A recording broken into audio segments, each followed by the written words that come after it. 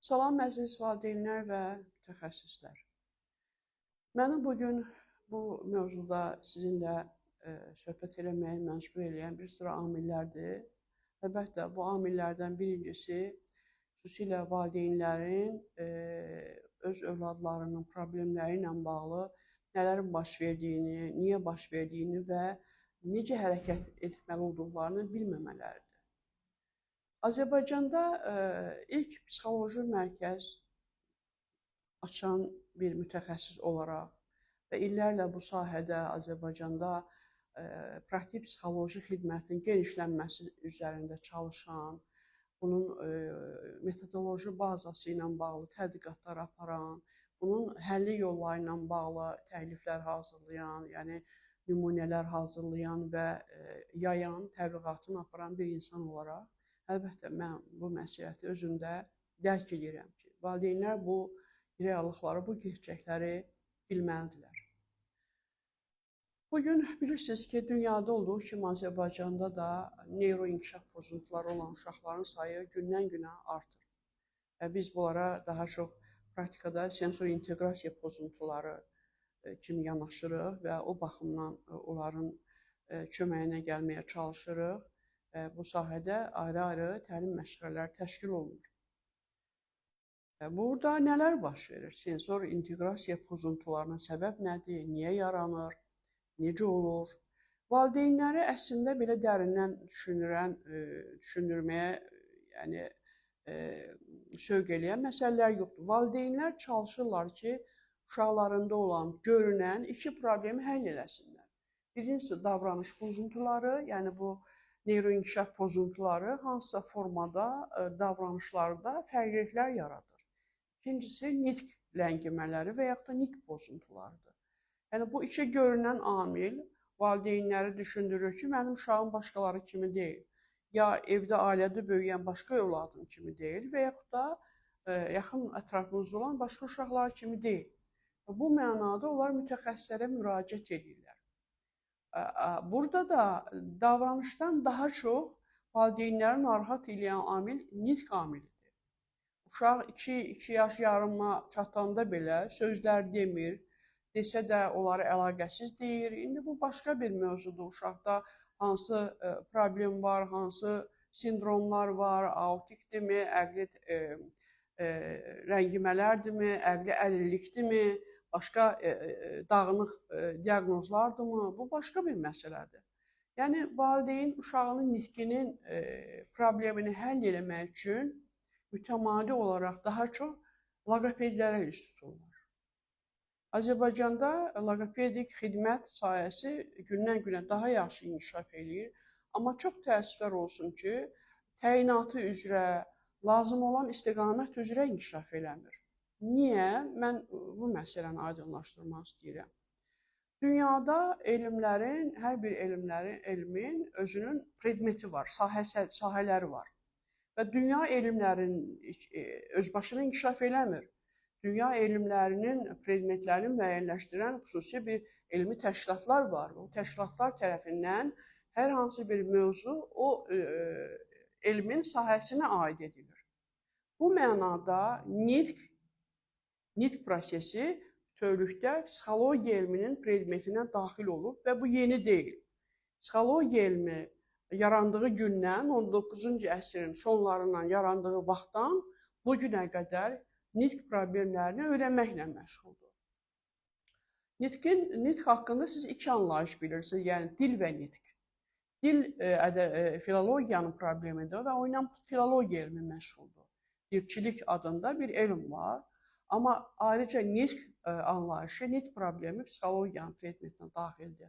Amma bu iki elmin qovşağında, yəni dilçiliyin və nitqin inkişaf məsələləri ilə bağlı məşğul olan yeni bir elm sahəsi var. Psixolingvistika. Psixolingvistika elmi həm ana dilində nitqin inkişafını araşdırır, yəni səslərin A, I, O, U, S, R, hər hansı bir səslərin 3-4 aylıqdan başlayaraq səsləndirilməsindən rabitəli, mənalı qrammatik və orfoepik qanunlarla formalaşan nitqin, yəni 4-5 yaş dövrünün sonuna qədər formalaşan analitik nitqin necə inkişaf etdiyini araşdırır. Eyni zamanda yad dillərin, xarici dillərin öyrənilməsinin qanunluqları ilə bağlı məşğul olur. Psixolingvistika. Amma ayrıqlıqda nitqin problemləri ilə psixologiya ilə məşğul olur və görün nitq neçənci yerdə durur psixologiya elmində. Birinci yerdə durur duyğular sistemi.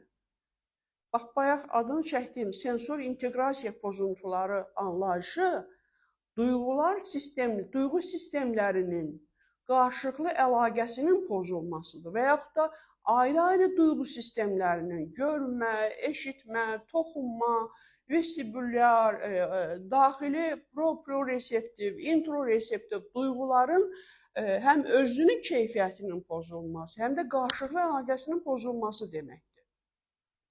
Və o gələn duyğuların gətirdiyi qıcıqlayıcıların qavranılması.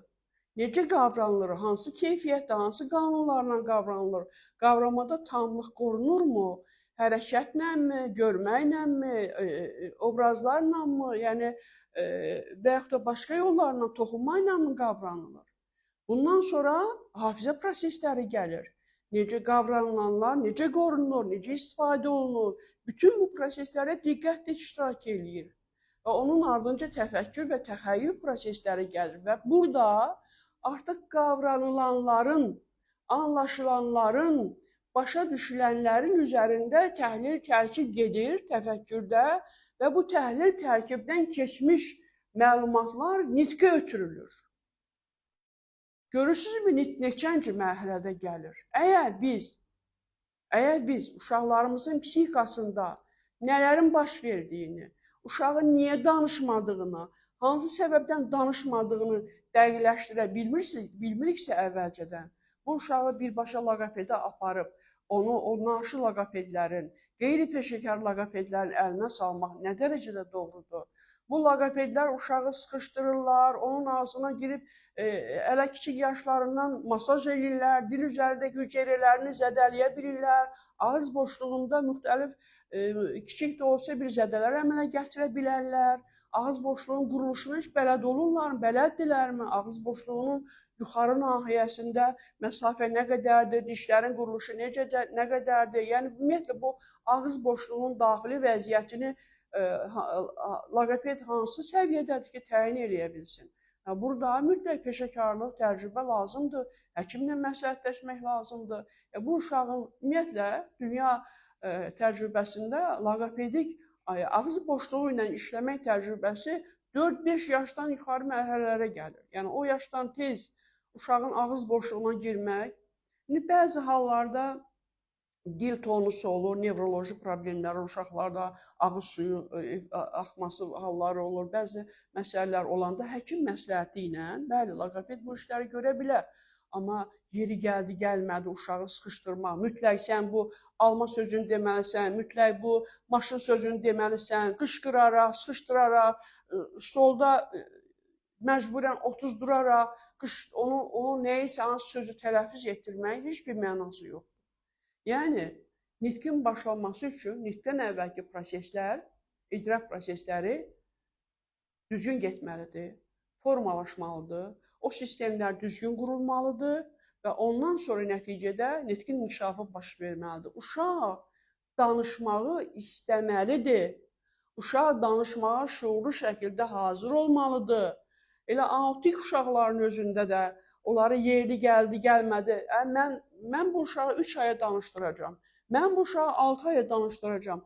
4-5 yaşa gəlir uşaq, autik uşaq danışmır və loqoped götürür uşağı. Aylarla masaj eləyirlər, aylarla onun üzərində iş aparırlar, aylarla və valideynə söz verir ki, mən sənin uşağını danışdıracam. Deməli, bu loqoped, baxmayaraq ki, ölkənin 7-8 məntəqəsində mərkəzləri var. Deməli, bu loqoped bizneslə məşğuldur. Aparatları gətirirlər, bu aparatların beyində nələr yaratdığını, hansı effektlər yaratdığını özləri də bilmirlər.